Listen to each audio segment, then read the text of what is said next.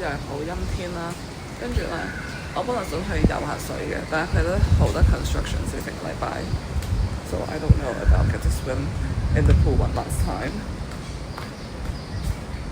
早餐呢個地方咧，it's actually pretty good。我已經去過好多次啦，我真係好想去啲新嘅地方，but it kind of gives me some comfort。So let's walk there together。我出去咧，我就係過呢條馬路啦。I feel like this is a really good way to get my morning steps in。呢度咧係有好多樓梯啦，大約15分鐘咧就會到早餐嘅地方。咁一行到落嚟咧，其實呢一個位置咧就大約係 Chinatown 啦。咁我哋會行去嗰一邊。好少見嘅 background，but 我係住呢一座嘢嘅。今日星期六，所以咧條街咧都比較靜嘅。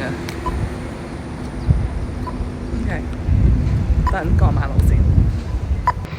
覺得好早，但其實都唔係咁早。呢係個 Sri Lankan Temple， 你都聽到咧啲人喺度鬧呢個啦。行到呢度咧係個 Maxwell Subway 站啦，咁喺隔離咧係應該有嘅 Maxwell Hawker Centre。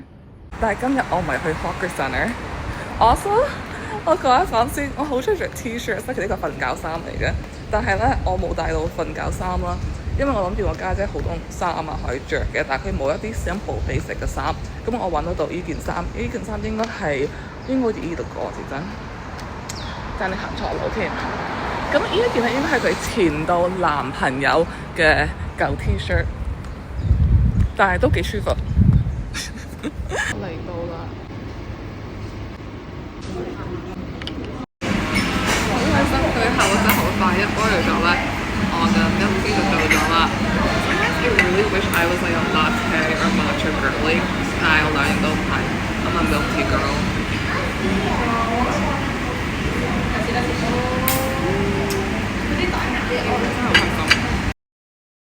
我嘅正餐有個炒米飯。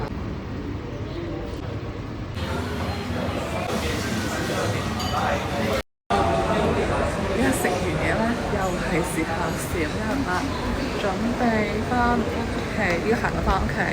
跟住 I think the contractors will come around 9 AM。咁我希望咧都可以 declutter 一下，執一執嘢嘅。但行翻去咧都要成15分鐘，咁樣 that gives me about 20 minutes。So this is called Sick Road and is known for their restaurants, international restaurants.